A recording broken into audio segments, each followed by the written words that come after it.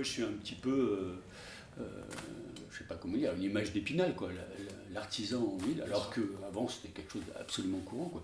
En face, ici, il y avait une cour intérieure remplie d'artisans. Il n'y avait que des artisans, quoi. C'est une zone artisanale en ville. Je pense que moi, avec mon atelier, j'en fais partie intégrante. Et ça, j'en suis je suis très sensible. Je tenais absolument à être en ville, dans le village. Voilà. Bonjour monsieur.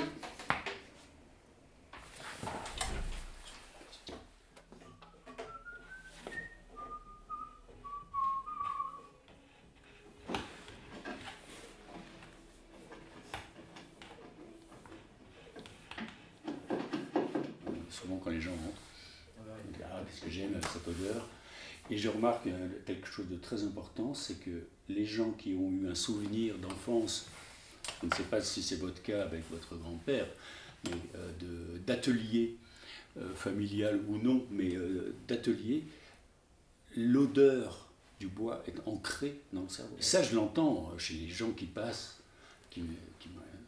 très souvent, qui me disent ah, ça me rappelle un tel souvenir. Hein, familial, comme vous, un grand-père qui était menuisier. En plus, avec une vitrine, là, c'est carrément idéal, parce qu'il y a vraiment une relation avec les gens du quartier, de la ville, voire même les touristes, qui est assez passionnante, quoi. Hein, beaucoup de touristes s'arrêtent, oh, Einstein. Moi, ici, dans la petite France Grand Rue, c'est mon village. Hein, je vais faire mes courses à côté, le marché, l'école de mes enfants. C'est une petite ville, c'est-à-dire on traverse d'un bout à l'autre en une demi-heure, à pied, à vélo. Mais c'est une grande ville, avec des institutions politiques réputées, européennes. Voilà. Hein, donc, une petite grande ville, une grande petite ville qui m'apporte beaucoup, dans laquelle je me sens vraiment très bien.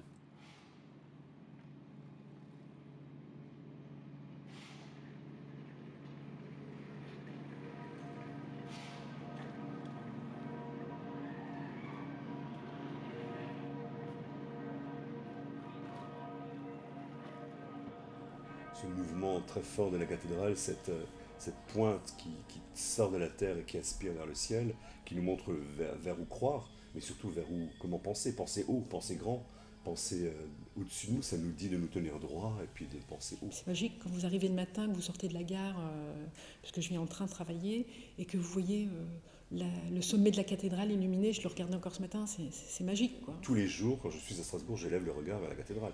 On la voit tous les jours. Comme on regarde la lune, on regarde la cathédrale.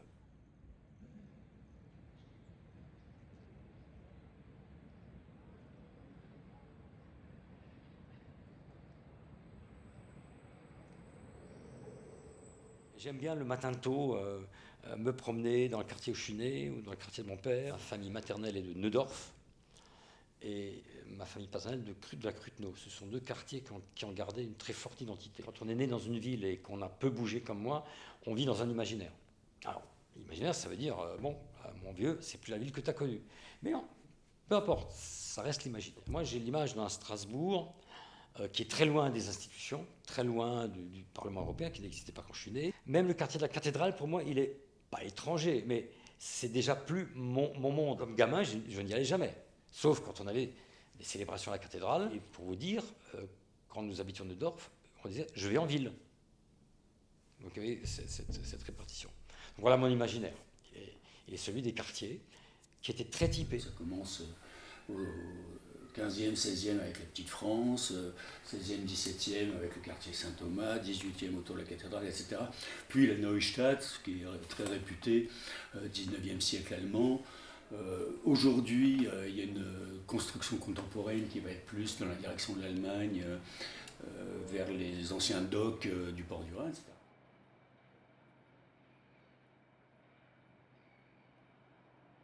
Et Strasbourg permet donc cette ville moderne, cette ville de tours, cette ville un peu béton et avec des grandes baies, et des lieux magiques, et puis des lieux plus intimes, de quartiers, des petits parcs. Moi je conseille beaucoup aux gens de lire au bord du Rhin, parce que c'est très romantique, c'est très agréable, et du côté allemand, il y a des endroits magnifiques, du côté du Rhin allemand, tout près, après la passerelle, de s'arrêter avec des livres et de lire là-bas. On voit le mouvement du fleuve comme le mouvement de la vie, le mouvement de l'histoire, et on lit. C'est une ville du livre, une ville de la méditation, de la lecture, et puis du mouvement, une ville en mouvement aussi.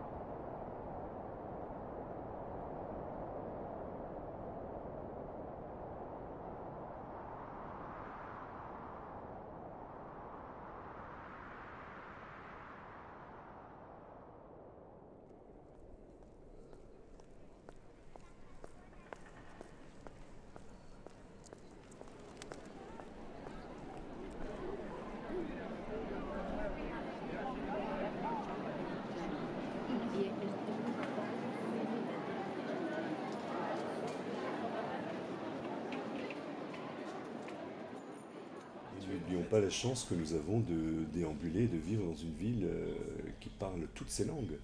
Hein, on entend parler italien, espagnol, toutes les langues du monde se passent à Strasbourg, aussi bien du point de vue universitaire que touristique. J'aime bien ce côté de double fréquentation comme ça, de mouvement, où j'ai l'impression que le lundi, on retrouve les Strasbourgeois et qu'eux, ils retrouvent leur ville, ils se réapproprient l'espace.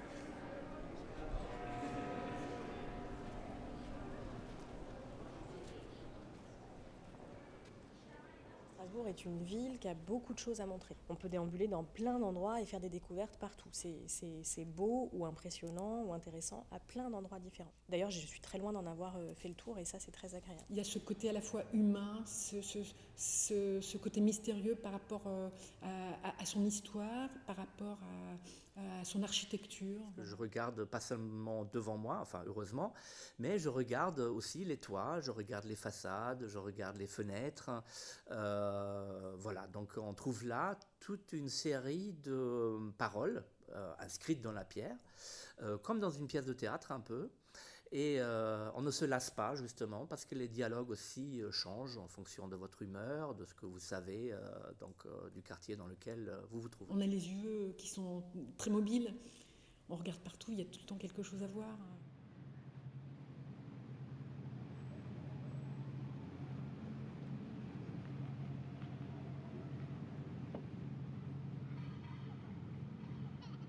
J'ai pas remis mes écouteurs depuis que je vis ici. Je me déplace beaucoup à pied. Je commence à me déplacer un peu en vélo, donc je m'acclimate tranquillement. J'ai beaucoup développé mon ouïe parce que je trouve qu'à Strasbourg, forcément, l'architecture fait que les rues ou certains passages sont assez étroits et qu'il y a parfois une densité de population et d'activité très forte dans des endroits très réduits.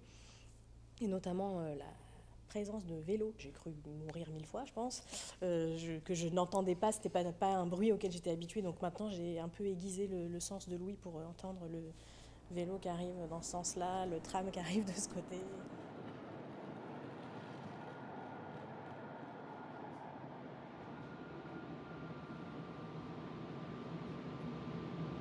Mesdames et messieurs, nous vous rappelons que pour des raisons de sécurité, certaines stations du centre-ville ne sont pas desservies durant le marché de Noël.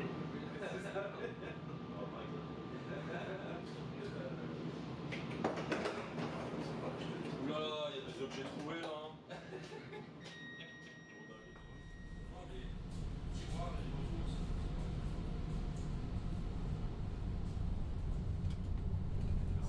fou la pluie, là, ça marque déjà. J'ai mis de musique, on va voir. Toi, t'allais me dire quoi? J'ai dit, pour l'instant, c'est cool. Ouais, quel beau métier. Mon rôle dans l'histoire, c'est que j'ai participé avec d'autres, bien sûr, à la mise en route du tram, qui a été donc inauguré le 25 novembre 1994. Moi, je l'ai pris en tant que client la première fois, ça devait être en juillet 95, et pour découvrir un peu, parce que Le secteur Haute-Pierre, je connaissais un peu moins, j'étais ado. Hein. Et du coup, avec des copains, on avait pris le tram. Mais dans cette optique de voyager, de découvrir. Et tu le prenais comme si c'était un manège, en fait, le truc. Quoi. C'était, quand c'est arrivé, c'était tout neuf, c'était tout beau. Quand tu rentres à la CTS et que tu revois le type qui était ton conducteur 25 ou plus tôt, tu te dis waouh.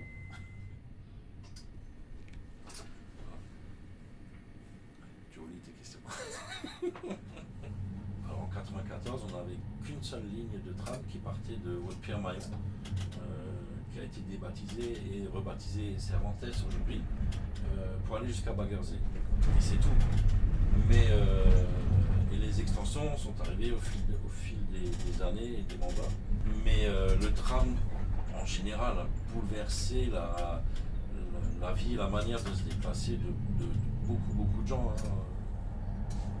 Et tu es d'accord avec l'appellation serpent de fer pour, Le serpent de fer. Ah, il y a... Oui, parce que déjà, il sillonne à travers la ville, hein, et un peu, il ondule un peu comme un serpent, quelque part. Ça peut être une image. Schlagbourse, tu m'écoutes, je te dois te dire. C'est un plagiat. Moi, j'avais fait un dessin à l'époque du tram en le représentant tel un serpent. C'est pour ça que quand j'ai vu ça sur les réseaux apparaître, le serpent de fer, ça m'a fait sourire parce que ça m'a rappelé le dessin que j'avais fait à l'époque. j'ai pensé aussi.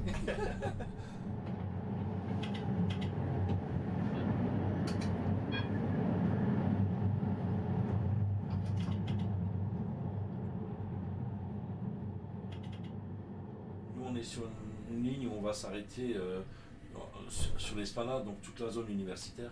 Donc les 2-3 stations qui bordent l'esplanade, elles vont être très utilisées par les étudiants. Quoi. Et on aura une rame tout à l'heure, là, dans une petite demi-heure, on aura une rame essentiellement composée d'étudiants. Et dans le tram, t'en as encore autant. Ouais. Et là, je fais rien. Hein. Les portes, elles sont en gestion libre. Hein, comme ça. Allez, et là, allez hop, tous à l'école là. Maintenant, ça va être un peu plus calme.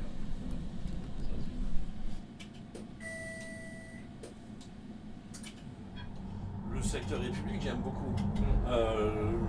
Quand on arrive sur la Neustadt, là, avec les bâtiments, la préfecture. Après, ce quartier-là, je l'ai aussi vu beaucoup grandir. Hein, d'ailleurs, ça continue de se construire. Il y a plein de choses qui n'existaient pas, qui se sont construites autour du tram.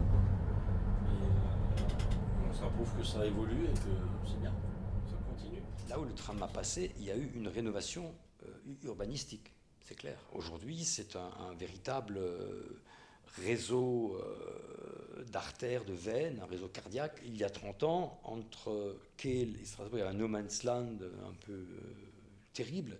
Et là, maintenant, on a pratiquement un bâti qui part des quais du canal jusqu'en Allemagne. Donc on n'est plus seulement à Strasbourg sur l'île, on est aussi maintenant à Strasbourg sur le Rhin. La ville s'empare aussi de sa partie orientale vers l'Allemagne.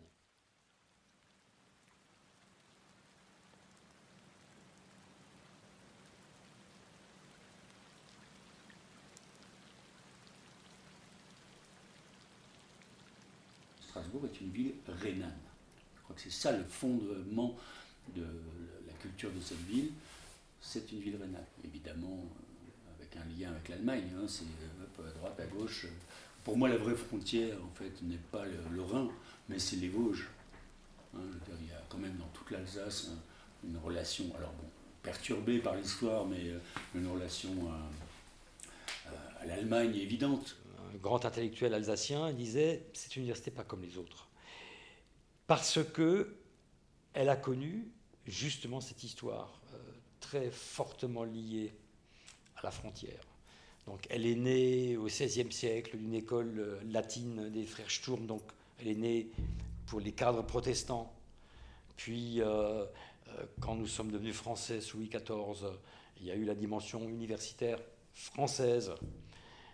Et puis, l'université telle qu'elle est aujourd'hui, il faut avoir l'honnêteté de dire qu'elle doit sa richesse, je dirais son excellence, à l'époque entre 1871 et 1918.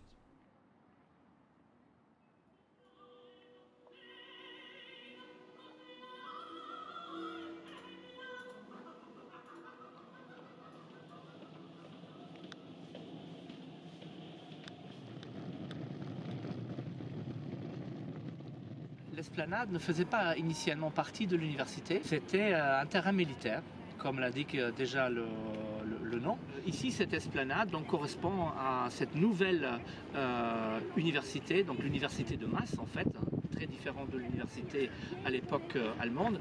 Et les bâtiments étaient prêts fin 67, juste pour la révolte des étudiants en été 68.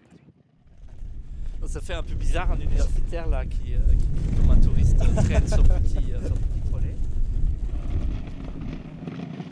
Cette idée de l'interdisciplinarité qui ici en fait se traduit déjà dans les bâtiments. Et ça c'est une vieille idée de Goethe. Donc Goethe disait voilà, qui ne comprend que la chimie ne comprend même pas la chimie. Donc en fait c'est l'idée du savant entre guillemets universel, en tout cas celui qui a une certaine ouverture d'esprit pour pouvoir dialoguer. C'est aussi l'idée de l'université. Ici vous en avez vraiment une représentation spatiale assez fidèle.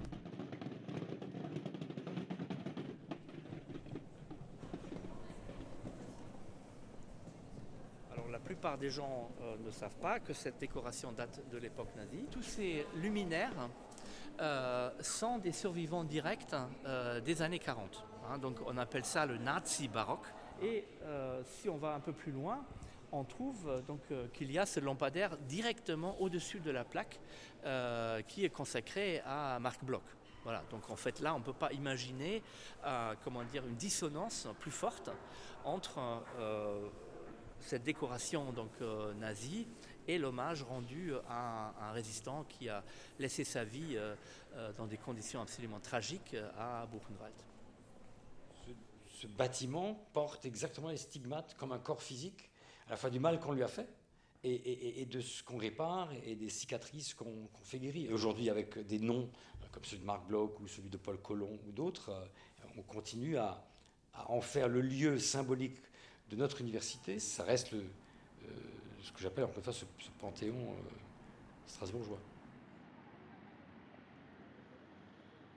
La commémoration reste quand même vive dans les esprits des gens. Quand on parle de la commémoration ou du respect de nos morts, de leur sacrifice, c'est quelque chose qui fait partie de notre ADN, c'est d'honorer la mémoire de nos morts. C'était il y a 106 ans, en 1918. À la 11e heure du 11e jour, du 11e mois, de la boue des Flandres à la frontière suisse, les clairons égrenèrent les notes du cessez-le-feu. Moment !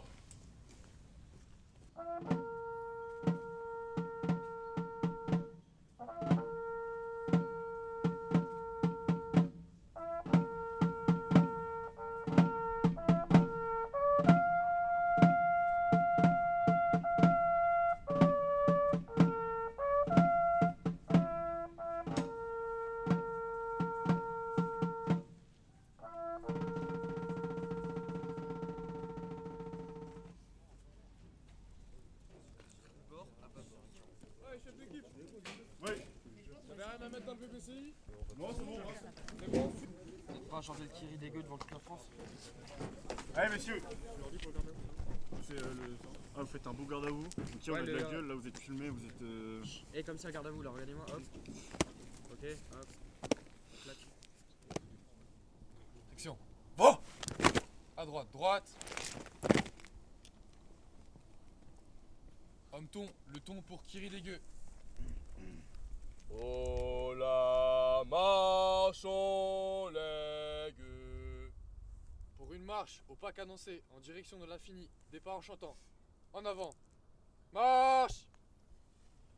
Oh la marchons les gueux.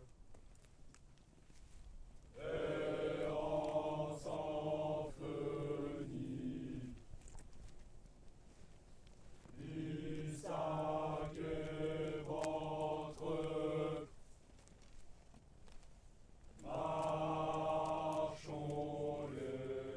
Marchons les gueux, la la.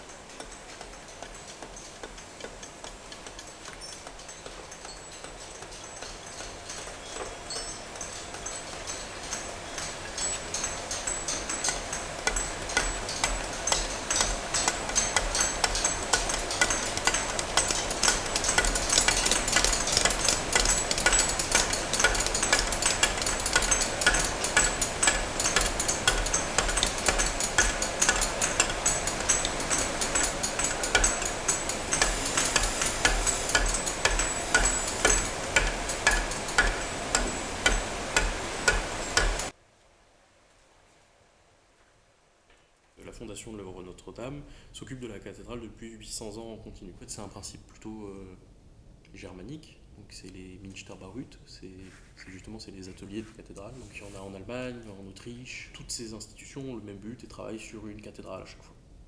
Mais en France, on est la seule. Nous, en tant que tailleurs de pierre, c'est important que notre métier continue à vivre et se fasse connaître. Les enfants ne connaissent pas forcément le métier de l'artisanat.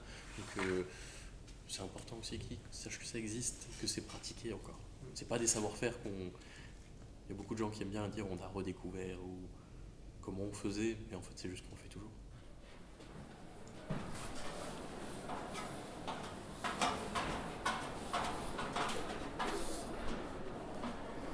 Chaque maître d'œuvre a rajouté sa petite pierre à l'édifice, en fait. Le portail, des escaliers, l'escalier Hans Hammer, l'escalier d'Otzinger, c'est vraiment des ouvrages ponctuels que chaque maître d'œuvre vient rajouter sur l'édifice.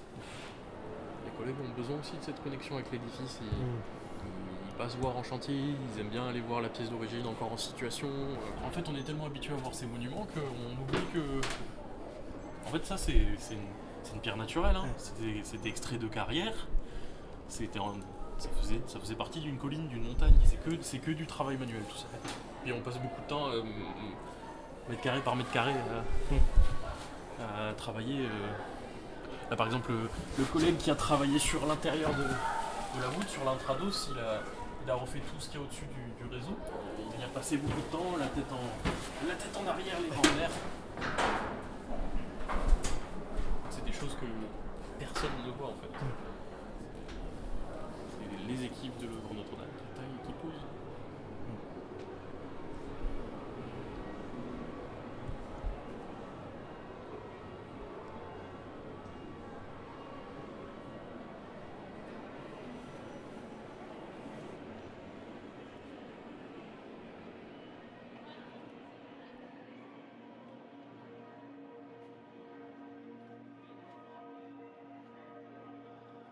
On côtoie directement le travail de quelqu'un qui faisait le même métier que nous il y a plusieurs siècles. Donc je sais pas, il y a une forme de relation qui s'installe à travers l'objet, la pièce. Et c'est toujours assez... bon après ça c'est personnel, mais je trouve ça assez émouvant moi. Et puis ça renforce la passion qu'on a pour notre métier et ce qu'on fait tous les jours.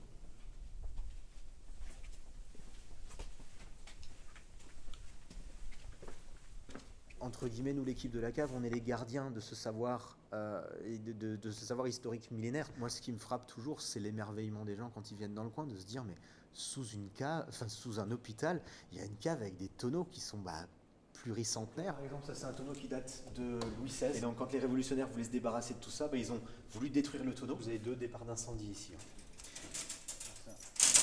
Je vous laisse en profiter aussi si vous voulez faire sans la grille, c'est peut-être un peu plus sympa aussi. Dans ce petit magnum-là, un échantillon de ce vieux vin qui est là-bas dans le fond du tonneau. Et donc ce vieux vin qui est le vin de 1472. Beaucoup de gens me disent, voilà, mais c'est un vin blanc d'Alsace, vraiment? Et donc oui, cette couleur ambrée, la couleur caramel, est donnée par l'élevage multiséculaire en tonneau. Ce sont en fait les tanins du bois qui se sont détachés du tonneau, qui se sont intégrés à l'intérieur du vin. Et c'est pour ça qu'on est passé en fait de ces couleurs jaune clair, jaune pâle, à une couleur beaucoup plus ambrée, beaucoup plus caramel. Mais en tout cas, ce que je vous propose ici maintenant, c'est de partager ce sniff de 1460. Ça sent bon. C'est pas mal, hein? Ouais, ça sent bon. Il y a plein de gens qui disent ça doit être dégueulasse. Pas du tout. En fait, c'est un très grand vin de nez, mais c'est pas un très grand vin de bouche. Le boire, c'est définitivement pas une bonne idée parce que du coup, on n'en sortirait peut-être pas forcément vivant. Mais par contre, le sentir, là, on a une complexité qui est absolument folle. C'est 5 siècles et demi, justement, d'évolution qui sont justement à l'intérieur. Pour les générations futures, alors non seulement vous avez le côté historique de la cave, mais après, il y a le 1472. De se dire qu'il y a des gens qui ont décidé, il y a plus de 5 siècles, de garder un truc, et qu'on l'a encore aujourd'hui, et je dis, mais c'est absolument formidable. Et alors, à tous les gens qui viennent là-bas et qui me disent, oui, mais de toute façon, vous pouvez jamais le boire. Mais je leur dis, mais oui, mais qui sommes-nous, à un moment donné, maillon de cette chaîne-là, pour la casser, pour dire, bon, allez, de toute façon, on s'en fout, c'est pas grave. Eux, ils avaient qu'à faire autrement à l'époque, et puis nous, on verra bien à un autre moment, quoi. Le fait d'être le gardien en fait de cette histoire-là est vraiment très important pour moi. En fait, certaine manière, les gens me posent aussi la question, mais enfin, comment vous avez toute cette énergie? Mais je me dis, mais je ne peux pas me permettre de ne pas avoir cette énergie, c'est pas possible. Je veux dire, mon prédécesseur, il a sauvé l'endroit, il a donné de sa personne, littéralement. Je vais pas dire il s'est mis en danger, mais on va dire, voilà, il a mis sa vie entre parenthèses pendant quelques années pour donner à la cave cette chance de pouvoir revivre. Donc c'est pour ça que nous, on ne peut pas gâcher, en fait, ce sacrifice qu'il a fait. Où qu'on aille dans l'opéra, on a toujours un petit fond de musique, que ce soit au Grenier les Chœurs ou que ce soit sur scène, une audition. Il y a toujours une audition, une répétition. Donc là, on arrive, on va dire dans un peu la salle des graffitis, où on a quand même des gens qui ont laissé leur empreinte, au sens premier du terme. Alors c'est qui ça? Ça peut être des ouvriers, ouais. Ça peut être des employés de l'opéra qui sont, voilà, qui en se baladant, en explorant l'opéra et ses dédales, ont décidé que ça serait amusant de laisser leur petite empreinte dans un petit coin. Auguste 25 et 1895. Là, ce sont des ouvriers qui ont marqué un peu leur passage dans le béton frais. C'est encore plus fort parce qu'on sait qu'il y a eu de la vie, il y a eu du passage, il y a des gens qui, je pense que ça a été peut-être des travaux de réfection ou de consolidation. Et puis, bosser dans cet endroit ne devait peut-être pas être forcément agréable. Et donc, oui, ils ont voulu peut-être laisser leur empreinte, comme à l'époque les bâtisseurs de cathédrales laissaient leur marque. Les tailleurs de pierre osaient beaucoup de choses. Donc on va ressortir, on va continuer un peu notre exploration du sous-sol. Et on arrive à la bibliothèque musicale. Alors ça, c'est quelque chose d'assez extraordinaire. Ok. Je te laisse rentrer. Ouais, je te suis. Voilà. Donc là, ce sont des archives, des partitions, des livrets. Déjà l'odeur. D'opéra, voilà. Alors ça sent le vieux papier mouillé parce que, hélas, on a subi il y a quelques années, avant que j'arrive à l'opéra, une inondation. On a une partition là qui est tamponnée encore en allemand. Donc ça veut dire que c'était encore sous domination allemande. Et puis on a donc ces fameuses vitres gravées. Ce sont des artistes qui sont venus chanter à l'opéra. Et à l'entracte ou à la fin du spectacle, ces dames utilisaient leurs diamants, leurs bagues, leurs solitaires et signaient leur passage. Et on a une date ici, alors on ne la voit pas très très bien, mais c'est 1892. Voilà. Donc on a une vitre qui a résisté à 2 guerres.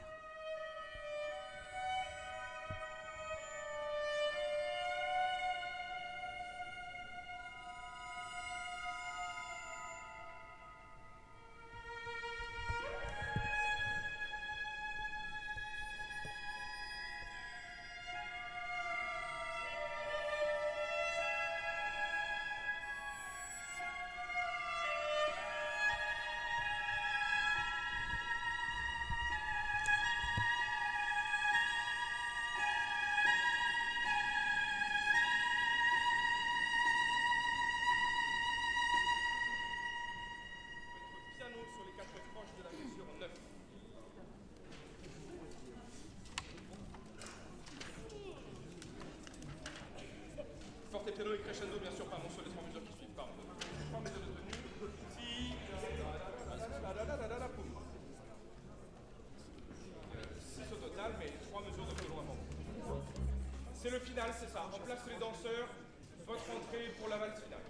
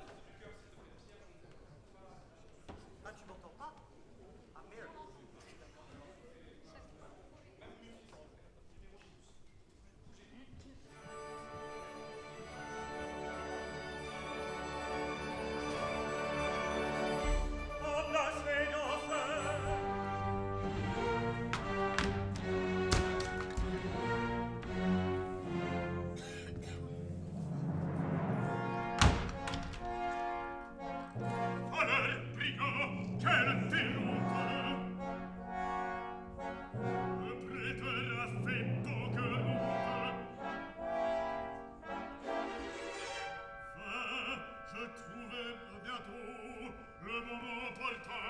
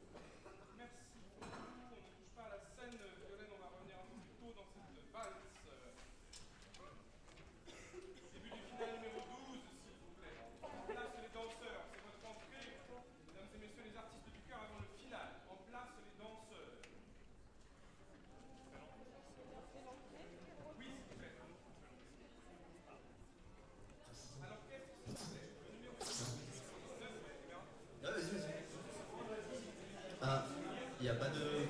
Il y a de la reverb et tout. Ok, ouais, c'est bon. Parce que moi je m'en suis vraiment bizarrement, mais c'est là. Ouais, on dirait que du délirium. Ça délire ou quoi là?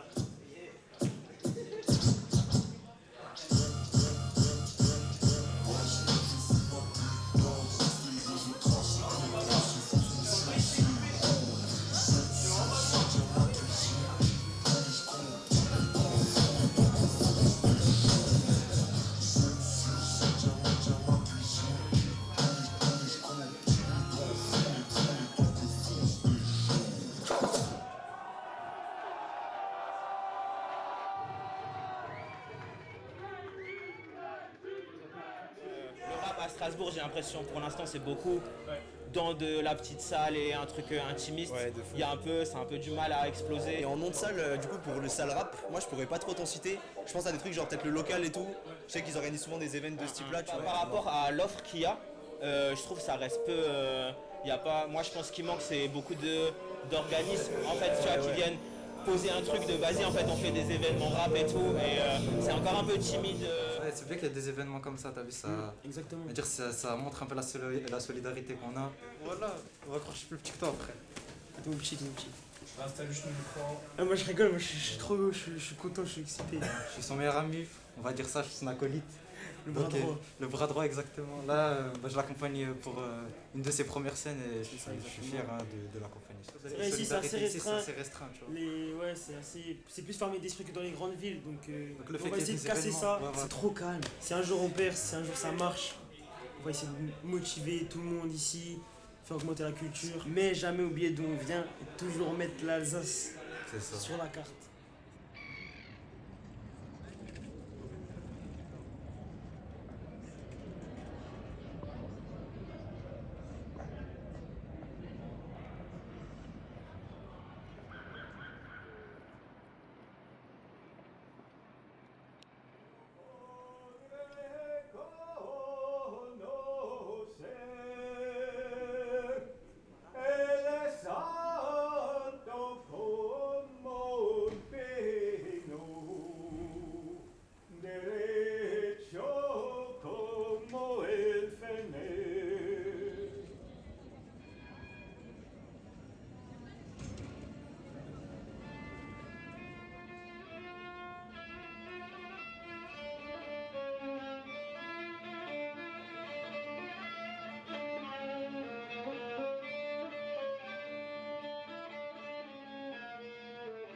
Bon, la musique pour moi c'est un de plus, c'est un grand plaisir pour moi.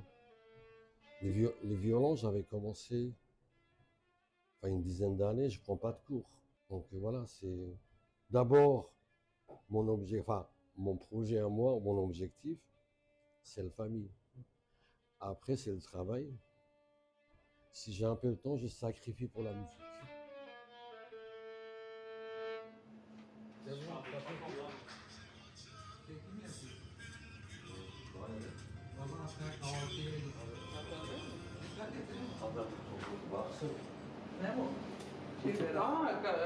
تعبك شيء عشان ويا فرنسا سبحان الله ضربة حتى الله قدر يسلم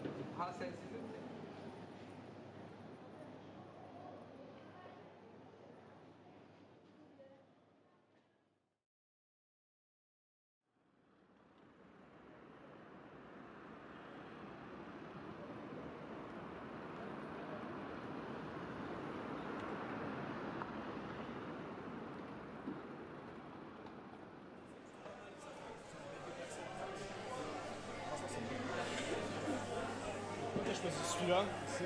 Pourquoi t'as choisi ce que j'adore en fait, la solidarité. Et puis, tu sais, c'est un truc un peu en dehors de Strasbourg en fait.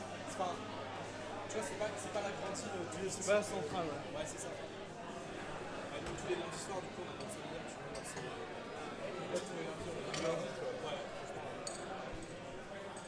C'est vraiment un bar d'habitués pour le coup.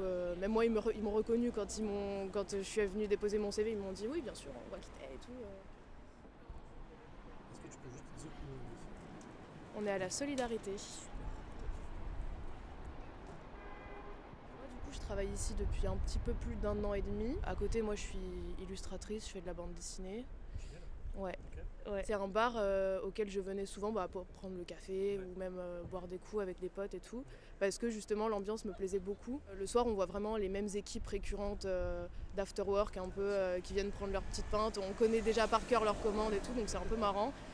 Il y en a qui connaissent nos prénoms, on connaît leurs prénoms aussi, on sait quelle table ils préfèrent et tout. Donc c'est assez bonne ambiance, moi j'aime bien ce truc bar de quartier justement. Ma vie sociale elle a commencé à se construire vraiment à partir du moment où j'ai bossé ici en fait. Parce qu'on a à peu près tous la même tranche d'âge et on est un peu tous, on a un peu les mêmes avis politiques, les mêmes intérêts en termes de musique, d'art et tout, des trucs comme ça. Et donc ça marche trop bien avec toute l'équipe en fait et j'ai jamais vu ça ailleurs. Enfin je sais que je viens travailler mais je viens travailler avec mes copains et ça c'est trop bien. Ça c'est trop bien. Ça reste un travail tu vois. Donc, voilà.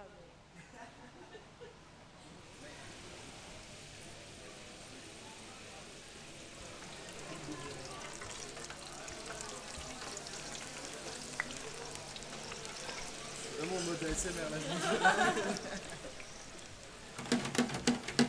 c'est la première fois qu'on apprécie non, vraiment. Travailler sans la hotte, moi ça me va. Ouais. Le truc c'est que voilà, la couille fait super chaud, c'est pas du tout. Ça, c'est perfect. Yeah.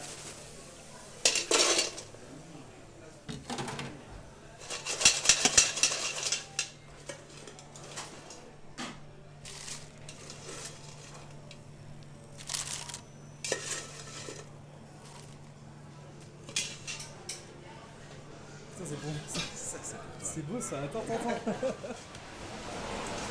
c'est trop bon. C'est très bonne que on va se faire des patates et de l'huile.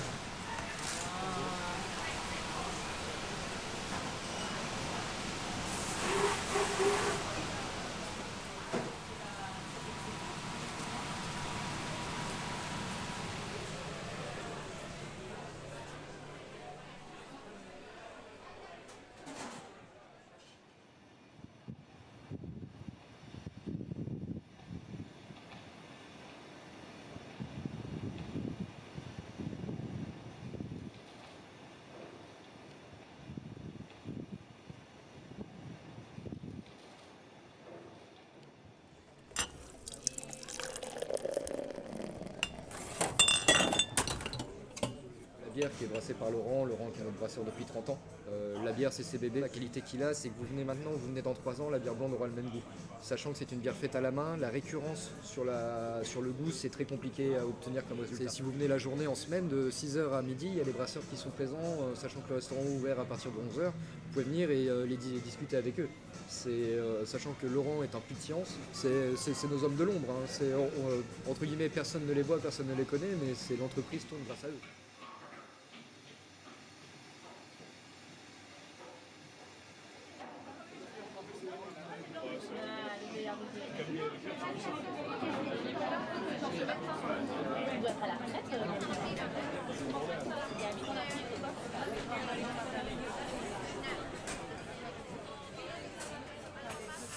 Donc je fréquente ici, je crois que la première fois que je suis venu c'était en 1956, tout le monde me connaît.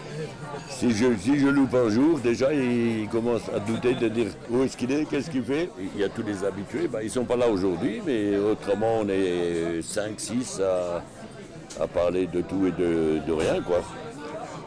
Surtout de rien quelques-uns. Hein. La bière elle est nickel. Donc je fais mon petit moment de détente tous les soirs. Je viens vers 5h30, je repars vers 6h30, je bois 1 ou 2 bières.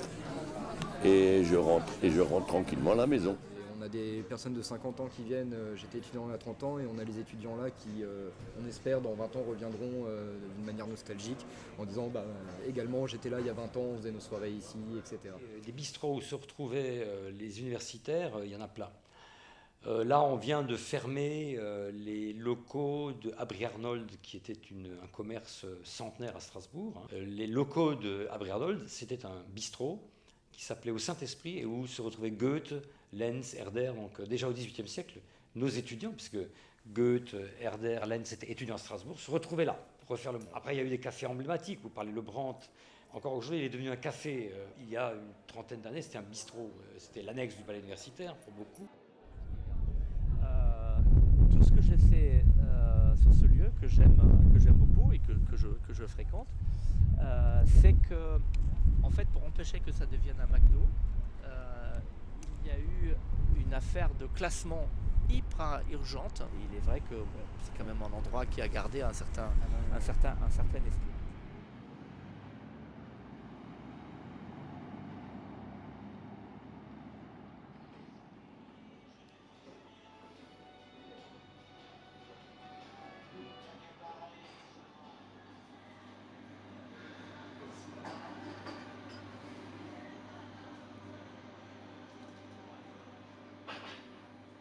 Oui, c'est un dessin de Tardy, et puis c'est tout simple, on l'a fait nous-mêmes. Hein. C'est Laurine qui l'a fait.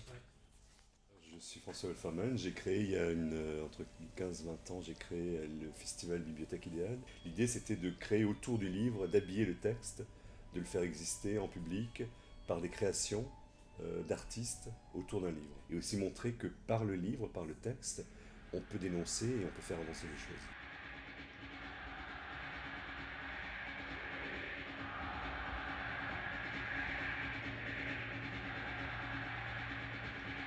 Tout ça construit une présence culturelle dans la ville et dans la région sur l'année, de façon comme des petits rappels et des petites gouttes d'eau. Il y a un phénomène d'amour du livre rénant, la proximité de l'Allemagne, des pays germaniques, de la Suisse, et puis la spécificité strasbourgeoise de l'imprimerie, du livre. Il y a plus d'une vingtaine de librairies, beaucoup de librairies indépendantes. Il y a une présence du livre très forte. Pic-Pic. C'était le nom du restaurant en fait, qui occupait le bâtiment dans les années 50. On a retrouvé une ancienne carte postale qu'on a fait rééditer. C'était le nom de la brasserie. On a reçu plein de courriers de Strasbourgeois qui se rappellent très bien du Pic-Pic, dans lequel il y avait visiblement des jeux, une salle de restaurant et un célèbre chocolat chaud. Donc voilà, ça a ravivé quelques souvenirs chez nos clients. Cette salle, historiquement, c'est celle qui s'appelait la Salle Blanche, qui est connue de tous les Strasbourgeois. C'est la salle où la librairie Kléber accueille ces rencontres avec des auteurs et tous ces événements culturels en général. Il peut y avoir des concerts, des expositions.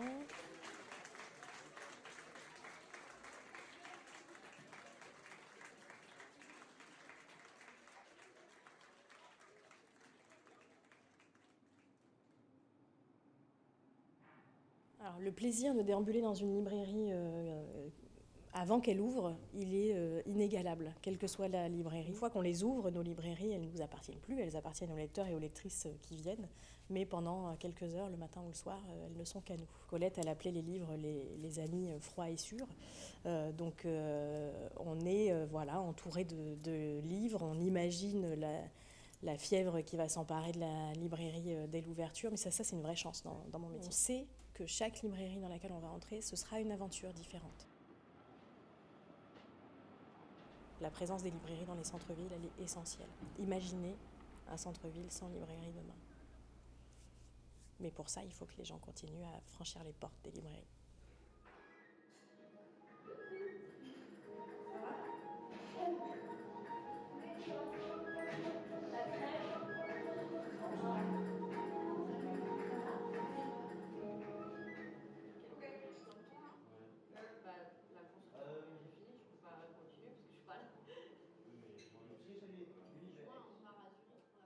« 97% du temps, un projectionniste ou une projectionniste ne regarde pas le film.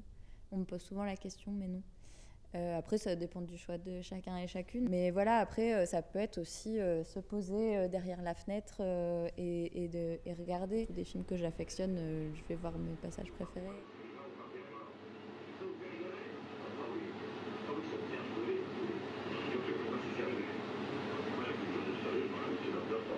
Il y a une forme de convivialité dans le fait d'aller au cinéma. Moi, je reste toujours très étonnée de ce que ça produit, en fait, de regarder un film entouré d'autres personnes. C'est pas la même chose, en fait. Et c'est en plus pas la même chose de se dire qu'on peut ensuite en discuter ensemble autour d'un verre ou autour d'un plat.